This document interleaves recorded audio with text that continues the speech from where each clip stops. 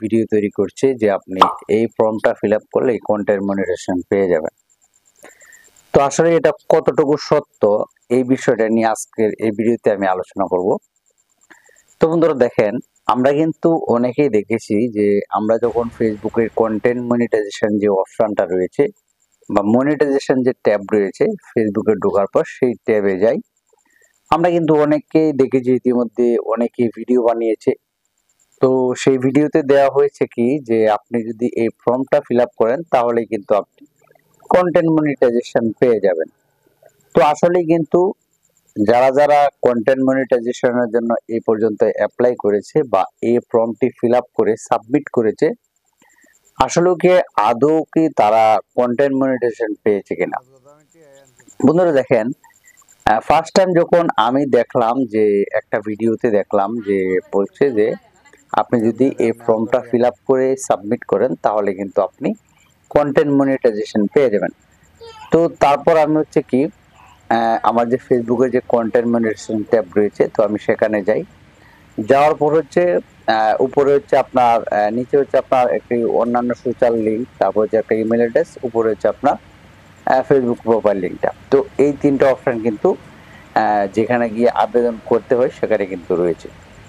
তো আমি কিন্তু আমার যে পেজে আপনারা ভিডিওটা দেখছেন টেক রিপন ভাই, তো এই পেজেরই লার্ন মোড অপশনে যাওয়ার পর মনিটাইজেশন অপশনে যাওয়ার পর তারপর হচ্ছে ইনস্ট্রিম অ্যাড, তারপর হচ্ছে লার্ন মোড, এখানে কিন্তু অপশনটা।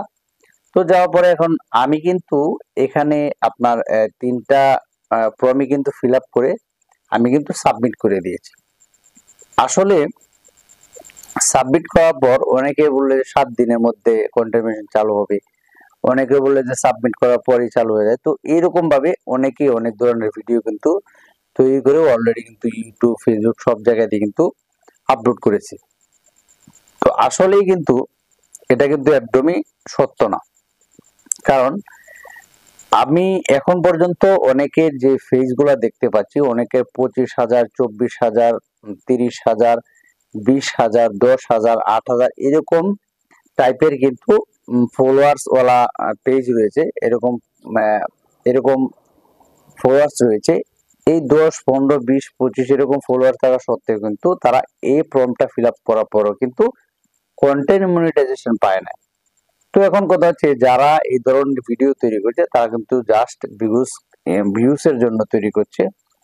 আরেকটা বিষয় হচ্ছে, আপনি যখন আপনার পেজটা কন্টেন্ট মনিটাইজেশন পাওয়ার উপযুক্ত হবে, ফেসবুক কিন্তু এমনিতেই কন্টেন্ট মনিটাইজেশন দিয়ে দেবে।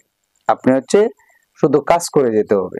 আবার এখন আমি অনেকগুলো পেজ আমি ইতিমধ্যে দেখলাম যে যাদের পেজে কোনো আপলোড নাই, যাদের পেজে কোনো ভিডিও নাই, যাদের পেজে কোনো পোস্ট নাই, কোনো ছবি পর্যন্ত আপলোড মানে অ্যাক্টিভই নাই, তাদের কিছু কিছু এরকম কিছু কিছু আইডি এবং এরকম কিছু কিছু পেজের মধ্যেও কিন্তু এই কন্টেন্ট মনিটাইজেশন অপশনটা দিয়ে দিছে। তো এখন আপনি কি বলবেন? আসলে আপনার হচ্ছে এখানে রেগুলারিটি মেনে কাজ করে যাবেন। আর কন্টেন্ট মনিটাইজেশন দেওয়ার মানে একমাত্র দেওয়ার শক্তি রাখে হচ্ছে ফেসবুক মেটা কোম্পানি। তো এই জন্য আমি আপনাকে বলবো, আপনারা এই ফর্ম ফিল আপ এই সেই বক্কর চক্কর বাদ দিয়ে মানে আপনার যে যা বলছে তাই আপনি করছেন, এগুলা বাদ দিয়ে আপনি রেগুলারিটি মেনে নিয়মিত প্রতিদিন আপনার ফেসবুক পেজে ছবি, পোস্ট, ভিডিও আর রিলস আপনি হচ্ছে যাই পারেন প্রতিদিন বেশি বেশি করে আপলোড করার চেষ্টা করবেন বা পোস্ট করার চেষ্টা করবেন, ভালো ভালো কন্টেন্ট দেওয়ার চেষ্টা করবেন।